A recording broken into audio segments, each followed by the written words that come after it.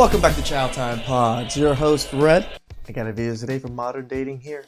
Please like, subscribe, comment down below. I really appreciate that. Let's get that. Ciao. It's Chow time. It doesn't matter if my client is destitute or has to live or needs the exact amount of money she's requesting by spousal maintenance. His need is a standard of living. Mr. Yost makes $55,000 a month. So it doesn't matter if my client needs $3,000 a month to live off of, or she needs $9,000 for extra expenses and a standard and a quality of life that she's accustomed to. That is still need. And that's what we're dealing with here. See why, guys, I hate lawyers sometimes? Okay, most of the time, you know me. I try not to hate on them, but it's so hard not to. Single expense that she listed, she deems as estimated. Every expense without a single exception. After getting a divorce, she expected him to maintain the life she was accustomed to, and that's why they are in court. She believes that he is supposed to pay for her lifestyle, ignoring the fact that they no longer share the same roof. This man makes $55,000 a month. This man makes what, $600,000 a year? And you divorced him, and you still want his stuff. She wants nothing less than $9,000 per month. What do we need to do today? Your Honor, if I may, I think my motion to compel is the oldest filed. We filed that back in November. Mr. Olson has filed a motion to compel in January, a motion for spousal maintenance modification in January 29th, a motion as to an advancement of funds, January 29th, and a motion as to the Denali and advancement of funds dated February 28th. If we need to set an in-person hearing, which is my preference on, when we've got multiple notebooks and so forth, we'll do that. But if there's something that we can get accomplished today, I would like to do so. Your Honor, if I may. Go ahead. In listening to Mr. Olson and in my comments, we may be able to resolve the motions to compel outside of a hearing. I may need court intervention on some objections that Mr. Olson filed, but that should not take long. I think we need an in-person half day to address all of these different matters, Your Honor. I don't know what we can accomplish on the Zoom hearing, except it would be as a discovery, but I think we might be wasting the court's time because I think Mr. Olson and I can figure out 80% of it at least, if not 100%, on the discovery issues. Oh, well, I'm fine with moving the discovery issues, Your Honor. We're still here. We've got 50 minutes. We can at least take up, even if it's the motion to modify spousal maintenance, we are more than capable of dealing with that over Zoom and handling that this afternoon, so we don't have to continually drag this out and move it to another date, which I'm sure will probably be early to mid-April. We're ready to proceed. Sorry, man. Okay. Your Honor, as the motion for spousal maintenance, that's going to involve competing experts. That is not something we're going to be able to do over Zoom, Your Honor. And that also ties in with the motion to compel and for advancement of funds, and also the Denali, Your Honor. We have issues involving the domestic relations affidavit filed by Ms. Yost, and I think she's going to need to be sworn. This is why you guys get lawyers. We need lawyers. I'm sitting here and my head is just spinning with all this court jargon going back and forth. Men that try to defend themselves and men that don't have representation, you're cooked. Freaking cooked. I know lawyers are expensive. I'm not trying to line their pockets or anything, but you're gonna need one. In to go over her expenses. She claims $4,000 a month every month for attorney's fees, Your Honor, amongst one. $4,000 a month of attorney fees? What is going on? Of several expenses that are questionable. So this is not something that is appropriate over Zoom. Give me a second to review. And Angela? The ex-wife's lawyer is pushing to have the case finalized today because he is trying to be smart about it, but his lawyer is smarter. He is trying to gain more time to investigate, as he has reason to believe that her expenses are not accurate. It's all about getting detailed information about how she's going to spend this money, since she stated she needs this amount to survive. She will have to prove where the money is going. I misplaced my docket notes. They're buried on somewhere in here. Can you have the ability to print those out for me, please? Now, the expert witnesses, what motions were those for? We disclosed we had an income analysis done of Mr. Yost, Your Honor. That was disclosed on January 17th through Jeff Querin. So the only part of the motion that we have dealt with that obviously is the motion to modify spousal maintenance. If the court would recall, initially when we filed this case, we're the petitioner, we had set spousal maintenance at $9,000 a month. Jeez. And the court actually called me. This would have been through the ex parte temporary order. Like at $9,000 a month, this woman is getting what, $118,000 a year just from alimony. That is more than 15% of Americans that make. There's like, come on. It's crazy. Inquiring as to when the last year of tax returns we would have had to have had available at that time, and that was 2018, which Mr. Yost at that time had made significantly less than what he had made over the last 3 years that we've averaged. So at the time, maintenance has been set based off of an income of Mr. Yost around $338,000, $318,000 or somewhat. And the report we've had from this income analysis that Jeff Querin has done 7 weeks ago has his income average over the last 3 years at $664,000. So Man's doing again, well. that's not brand new news. Again, that report was issued and sent to Mr. Thompson within a couple of days, if not on January 17th. So I mean, there's been ample time to respond to that. Frankly, if we're disclosing expert reports by statute, Mr. Thompson would have had to have a responsive expert opinion within 30 days of receiving notice of us issuing that report. So that's not been done. We're outside the 30-day window. So I really don't know what the dispute is on this motion with respect to the spousal maintenance, besides trying to continue to delay this matter. So again, we're ready to proceed. It's all argument. There's not any need besides the domestic relations affidavit, which is a sworn statement.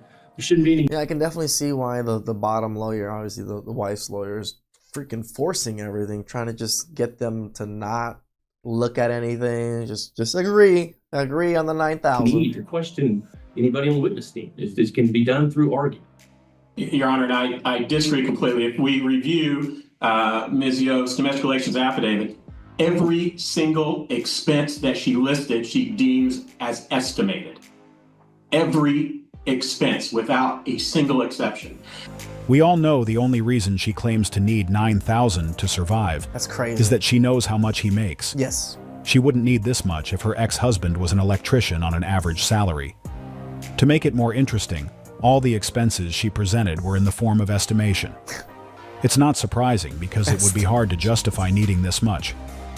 It probably wasn't their monthly expense when they were together, but now she needs it to survive. Correct. As the expert report, if I have a reply to their expert report pursuant to the rules of civil procedure, that's 30 days. I can have an independent expert, separate and apart, Your Honor. I have a demonstrative exhibit, which I anticipate. Let me try to be as succinct as I can. We cannot get this done in 45 minutes. Any one of these motions, Your Honor. Any one. The domestic relations affidavit is riddled with, well, they're all estimates. I'm entitled to inquire of Ms. Yost as to what her actual expenses are, because she has not provided a single solitary actual expense to justify any deviation from the court's order of spousal support. None, Your Honor. Everyone's an estimate. And the court cannot make a determination. Why you need a lawyer?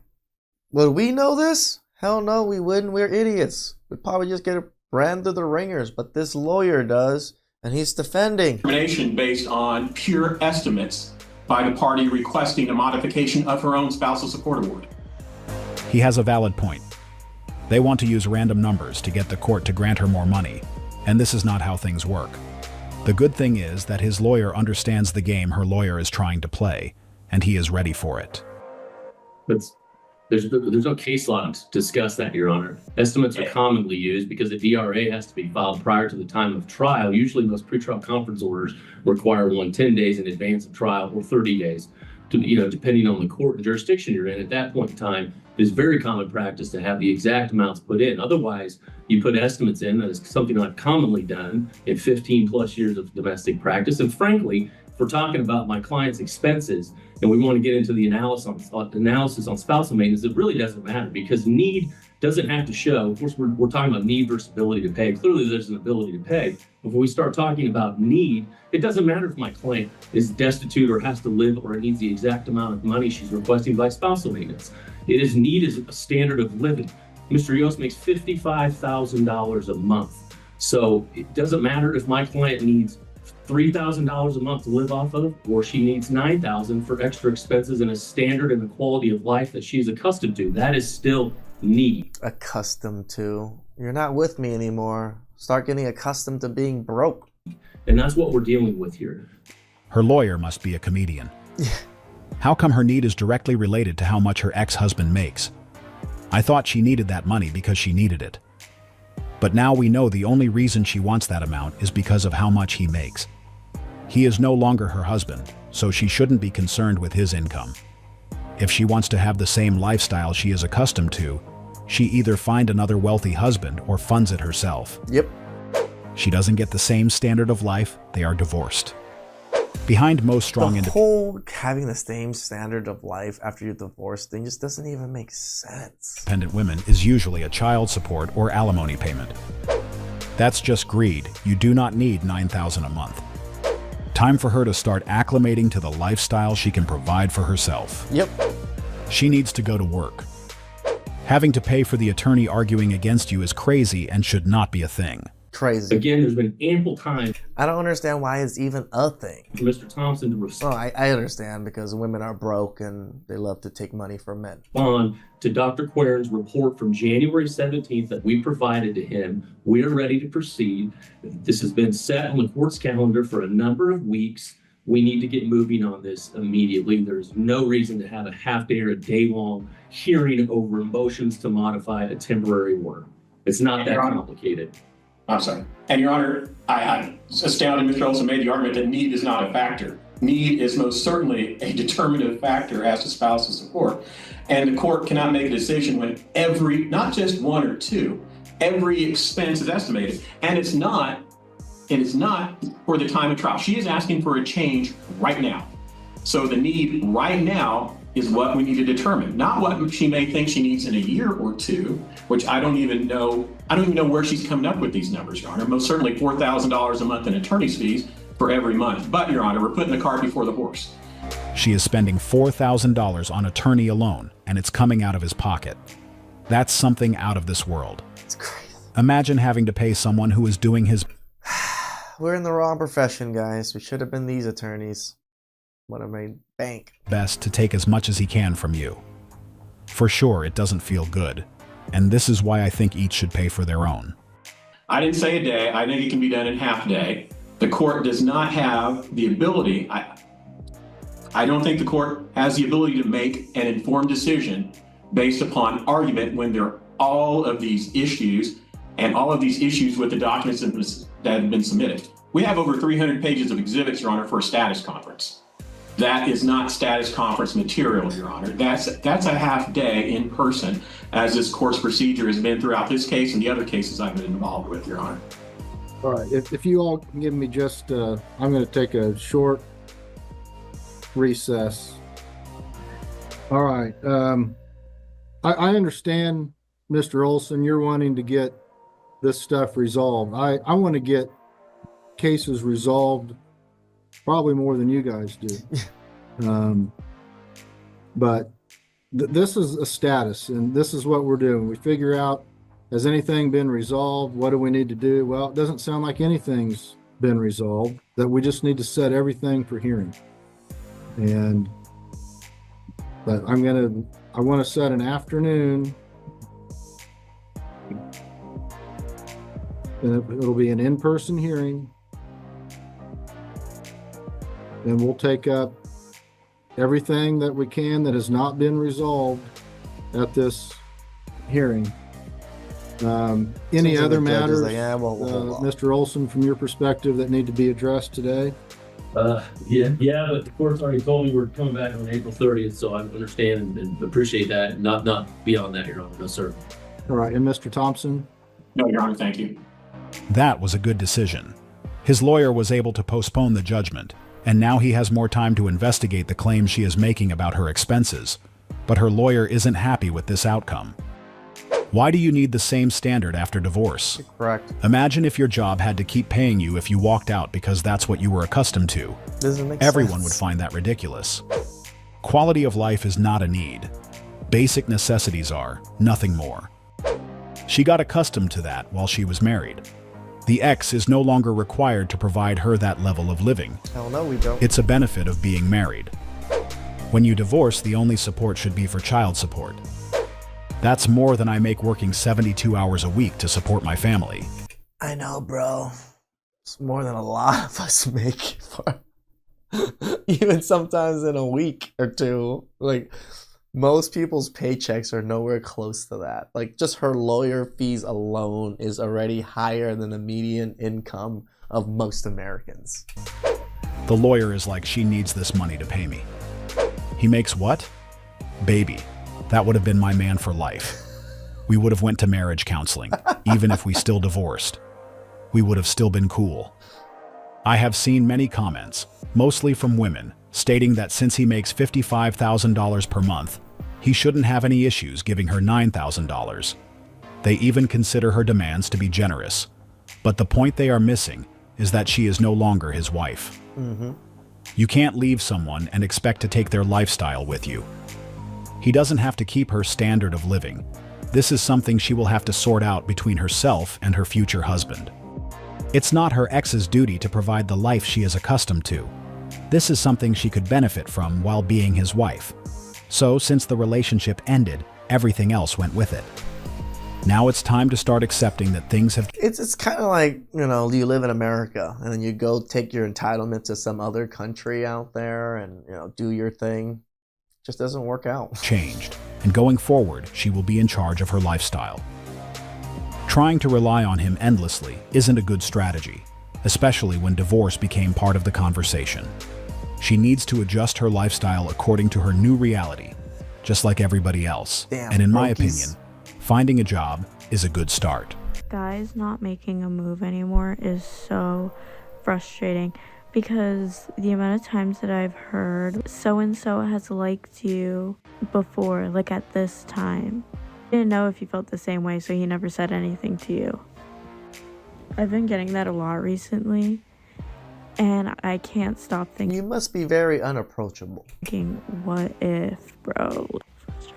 So guys, can you make a move again? Can we stop being afraid and just make a gesture? I'm never gonna make a move. Because we run the risk of making the woman uncomfortable, and that's something we don't want to do. That we don't? Nope. If you see a guy you like, you approach him. Go after what you want. That's not our job anymore. The guy is going to approach you, and if you're not interested, 100% coming to tell your followers. I have a big fear of rejection, and an even bigger fear of making her uncomfortable. Making the first move is not an option. Like, imagine if I was dating guys and then every date I came on here, I'm like, yo guys, this is what happened on my date. That would be so horrible. And women do this. It's not fear, it's self-preservation. That it is. Better to just be friends. I make the first move, but honestly, nothing wrong with you making a move too. Most of us wouldn't mind approaching, but due to a few episodes, it seems like the best move would be to step back a bit and let things flow. Yep. Now it's getting to the point where some women already realized unless they make a move, things won't happen. So at some point, the young woman who made this video will... I mean, back in the day, women did make moves. It was just dropping your handkerchief or, they had these really subtle, special moves to relay to the man, I fancy you, that didn't make him look like thirsty creeps, like, oh, you're so hot or something. No, they just did a little thing, so it didn't make it look like they were desperate or anything. It just looked like something accidentally happened, and men will, pick up the handkerchief, say hi, whatever it is. We don't even have anything like that nowadays. Women just say, oh, I looked at you. Why didn't you come over? So we stared for each other like in the eyes for like maybe 2 seconds, and that was the sign for me to approach you? How do I know that? Will have to do the same thing if she wants to increase the chance to have an opportunity with the guy she likes. Waiting or sending some choosing signal alone won't do it anymore because no guy wants to be in a position where he gets a modern rejection just because he misunderstood the signal. It's hard out there, guys. I know it is, but if you want a relationship, you want a woman, you want family, you want kids, you gotta put yourself out there. Putting yourself in danger is part of the game. I'm not telling you to put yourself in danger. That's why you gotta vet women. You gotta, literally guide yourself through this smorgasbord of dating so you can come out on top and get what you want. Please like, subscribe, comment down below. I really appreciate that. And forgive me.